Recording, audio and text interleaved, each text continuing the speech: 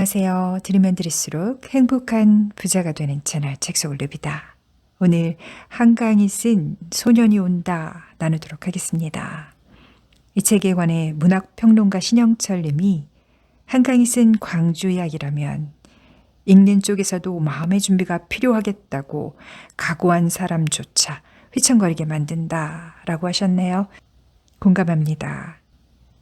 소설 속의 내용과 맞물려 있는 작가의 에필로그 눈 덮인 램프 읽어보도록 할게요. 그 이야기를 들었을 때 나는 10살이었다. 누군가 나를 불러앉혀 놓고 자초지종을 들려준 건 아니었다. 서울로 올라온 그 해 수유리 언덕배기 집에서 나는 아무데나 틀어박혀 손에 잡히는 대로 책을 읽거나 오빠나 남동생과 오후 내내 오목을 두거나 엄마가 나에게만 시키는 일인 동시에 내가 제일 싫어했던 마늘 까기나 멸치 머리떼기 같은 일을 했고 그러는 사이 어른들이 주고받은 말들을 주워들었다. 오빠가 가르친 애였어요? 초가을의 어느 일요일 막내 고모가 식탁머리에서 아버지에게 물었다. 담임을 한 건 아닌데 장문을 해서 내라고 하면 곧잘 쓰던 애여서 기억이 나. 중흥동 집 팔고 삼각동으로 이사 가면서 복덕방에서 계약서를 쓰고 내가 디귿중학교 선생이라고 하니까 집 사는 사람이 활짝 반가워하더라고. 자기 막내 아들이 1학년이라고 몇 반 누구라고 그 반 가서 출석 부르면서 봤더니 아는 얼굴이었어. 그 뒤로 어떤 말들이 더 오갔는지는 기억나지 않는다. 다만 그들의 표정, 가장 끔찍한 이야기를 덮어두고 말을 이어가는 일의 어려움, 어색하게 이어지던 침묵을 기억한다.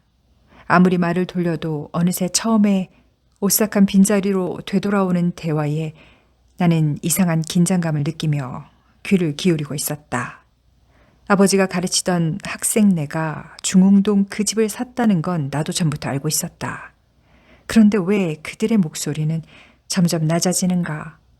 왜 그 학생의 이름을 말하기 직전에는 알 수 없는 망설임이 끼어드는가?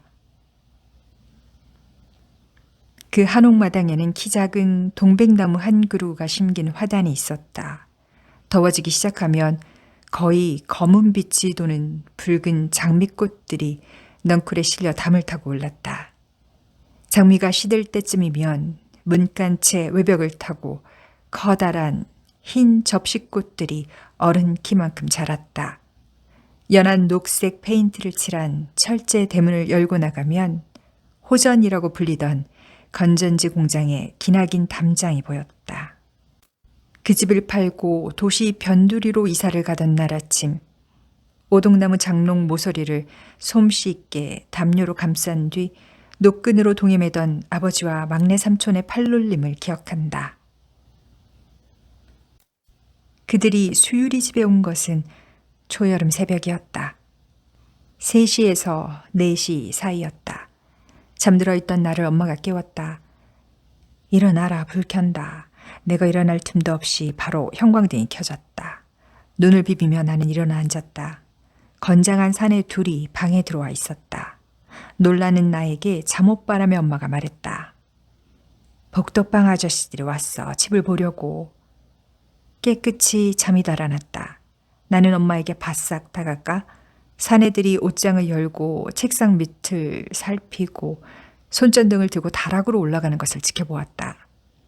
이렇게 캄캄한 새벽에 왜 복덕방 아저씨들이 찾아와 다락으로 올라갈까? 얼마 안 있어 다락에서 내려온 사내가 엄마에게 말했다. 이쪽으로 오시죠. 사내가 엄마를 부엌으로 데려가는 것을 나는 주춤주춤 따라갔다. 너희는 여기 있어. 굳은 얼굴의 엄마가 입 모양으로 말했다. 뒤를 돌아보자 오빠와 어린 남동생이 속옷바람으로 방에서 나와 멍한 얼굴로 서 있었다.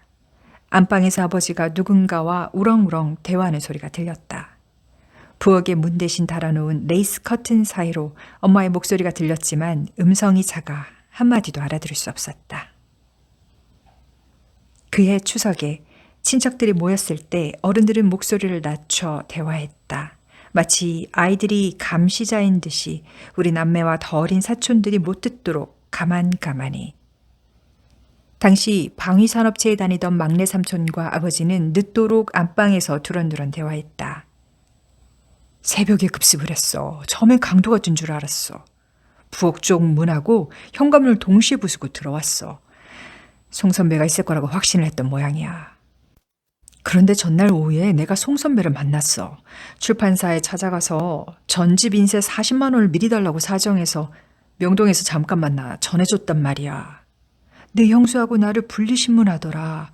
나중엔 나보고 같이 가자고 하는데 같이 가면 남산 아니냐. 작년부터 사이가 멀어졌다고 거짓말했어. 전화 도청되는 것 같으니까 조심하세요. 요즘 형님네 전화기에서 바람소리 같은 게 나던데요. 그게 도청되는 잡음이랍니다. 제 친구 영준이도 도망 다닙니다. 재작년에 보안부대 끌려가 10손톱을 다 뽑혔잖아요. 이번에 잡히면 살아남지 못할 겁니다. 부엌에서는 작은 엄마들이 엄마와 함께 음식을 만들며 속삭이듯 이야기를 나눴다. 유방을 칼로 잘랐다요. 시상에. 뱃속에서 아기를 끄집어냈던 말도 있어라. 시상에 뭔 일이단가.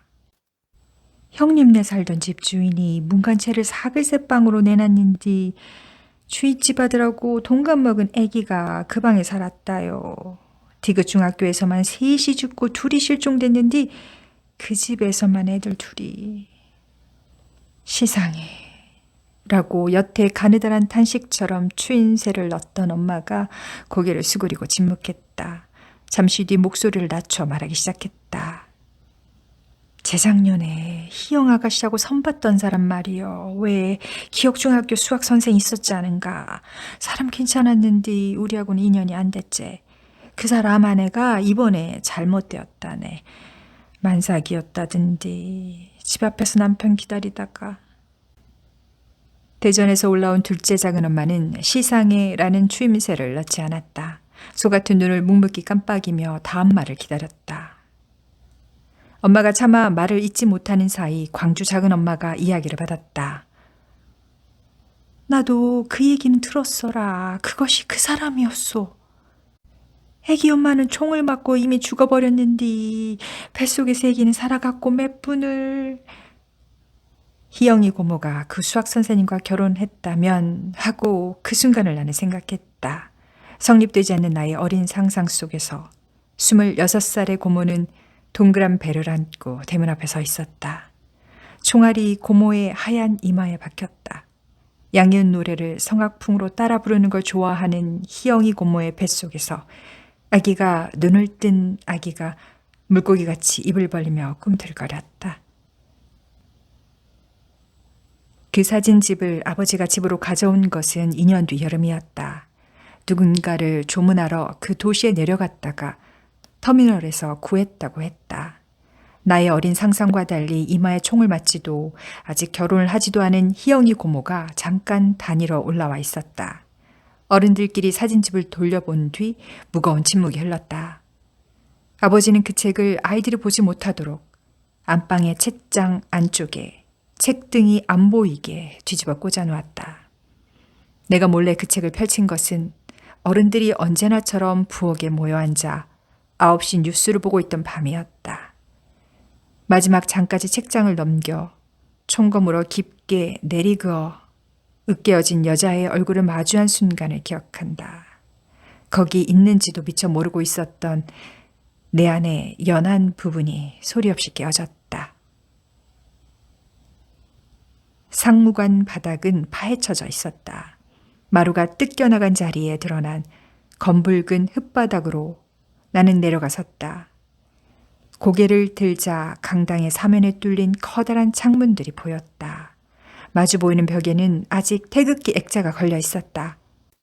반쯤 얼어붙은 흙을 밟으며 나는 오른쪽 벽을 향해 걸어갔다. 코팅된 A4 용지에 필기체로 인쇄된 문구를 읽었다. 운동할 때는 신을 벗으세요. 현관 쪽으로 뒤돌아서자 2층으로 올라가는 계단이 보였다. 오래 방치되어 먼지 낀 계단을 밟아 올라갔다. 강당이 한눈에 내려다 보이는 관중석에 걸터 앉았다. 입을 열어 숨을 뱉자 김이 흩어졌다.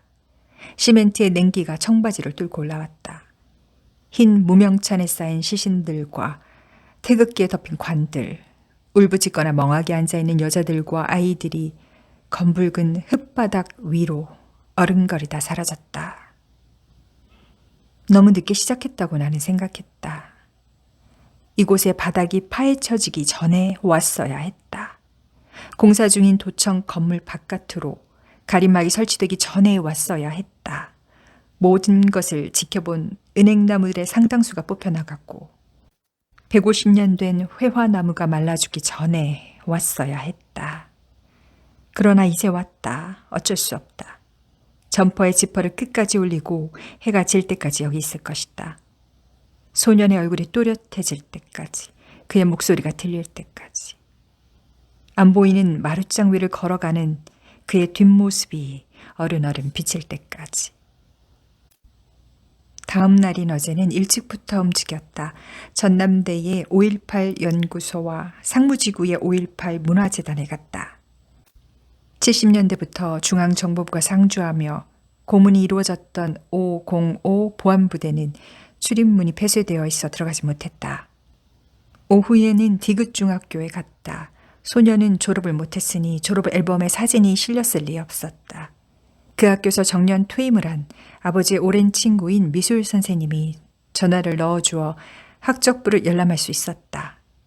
학생 기록부용으로 찍은 그의 사진을 거기서 처음 보았다. 쌍꺼풀 없는 반달 모양의 눈이 유순했다. 턱과 뺨의 선에는 아직 유년의 흔적이 남아 있었다. 너무 평범해 누구와도 혼동될 듯한 얼굴. 눈을 떼는 순간 특징이 무엇이었는지 잊어버릴 것 같은 얼굴이었다. 구할 수 있는 모든 자료를 읽는다는 것이 처음의 원칙이었다. 12월 초부터 다른 아무것도 읽지 않고 글을 쓰지 않고 되도록 약속도 잡지 않고 자료를 읽었다. 그렇게 2달이 지나 1월이 끝나갈 즈음 더 계속할 수 없다고 느꼈다. 꿈 때문이었다. 한 무리의 군인들을 피해 나는 달아났다. 숨이 턱에 받쳐 뜀박질이 느려졌다. 그들 중 하나가 내 등을 밀어 넘어뜨렸다. 몸을 돌려 올려다보는 순간 군인이 총검으로 내 가슴을 정확히 명치 가운데를 찔렀다. 새벽 2시였다. 벌떡 일어나 앉아 손으로 명치를 짚었다. 5분 가까이 숨을 제대로 쉴 수 없었다. 덜덜 턱이 떨렸다.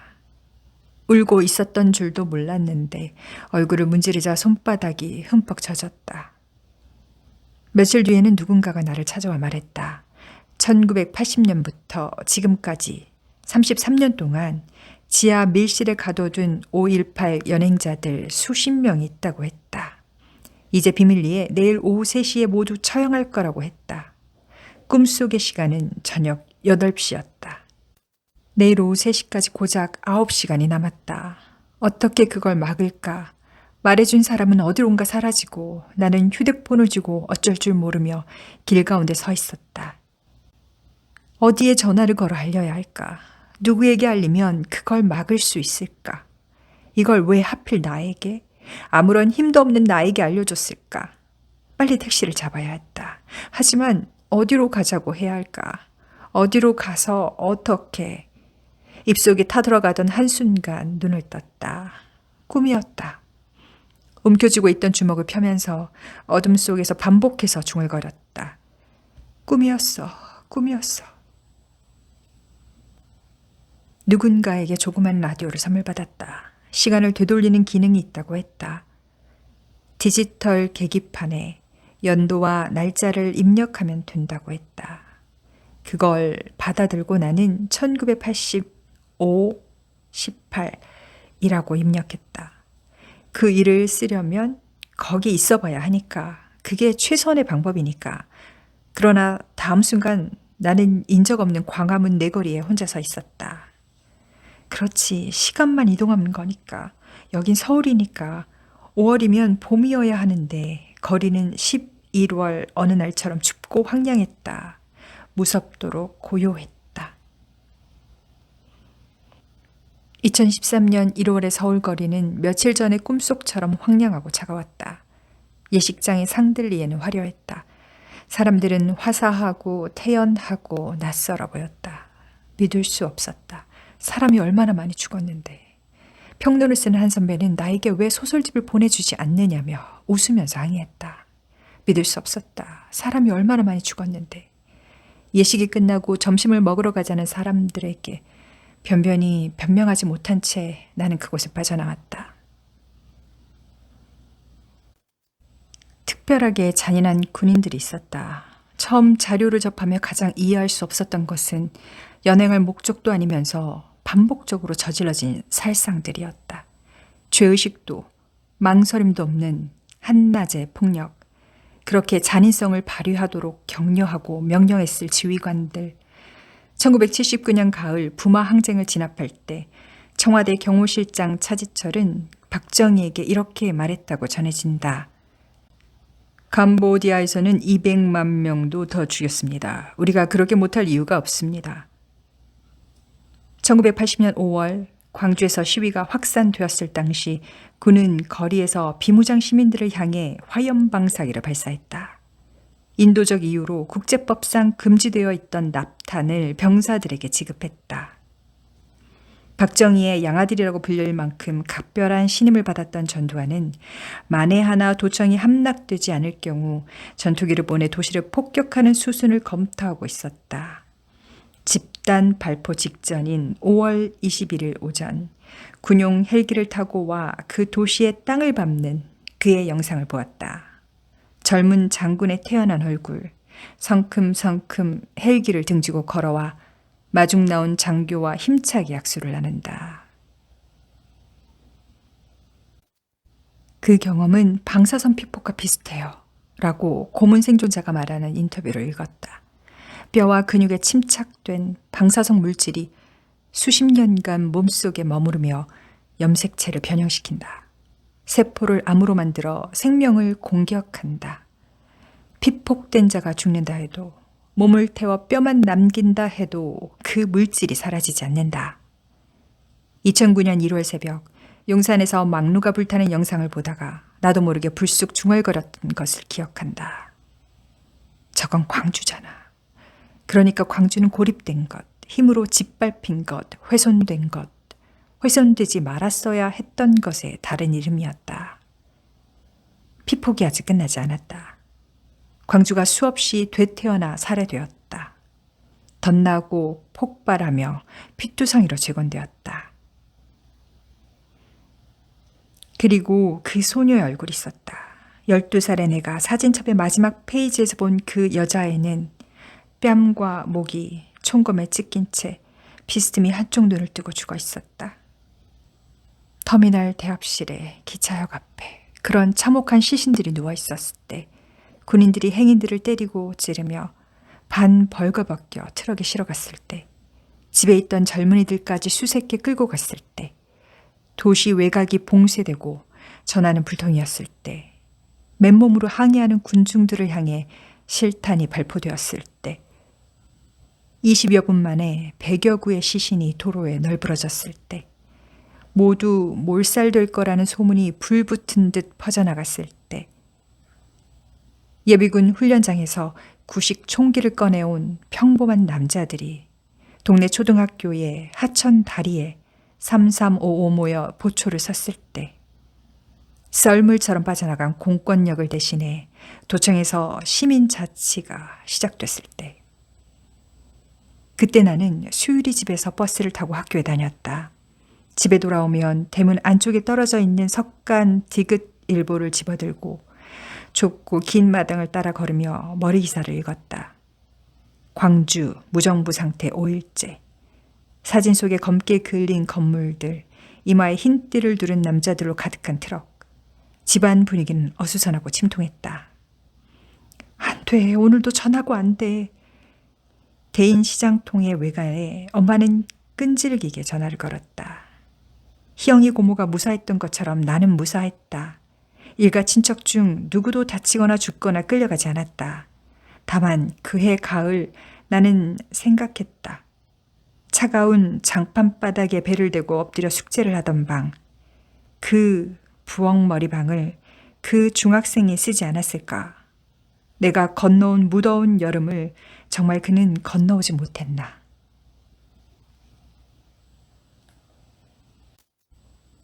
작가의 역량을 온전히 보여준 읽기 어려운 그러나 꼭 읽어야 하는 소년이 온다 였습니다. 오늘도 이 한 권의 멋진 책으로 여러분의 삶을 이루고 누비고 즐기세요.